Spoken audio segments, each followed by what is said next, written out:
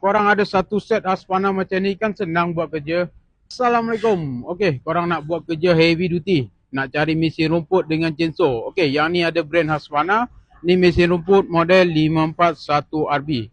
Okey, yang ni chainsaw 125. Yang ni 18 inci. Yang ni mesin dia betul-betul heavy duty.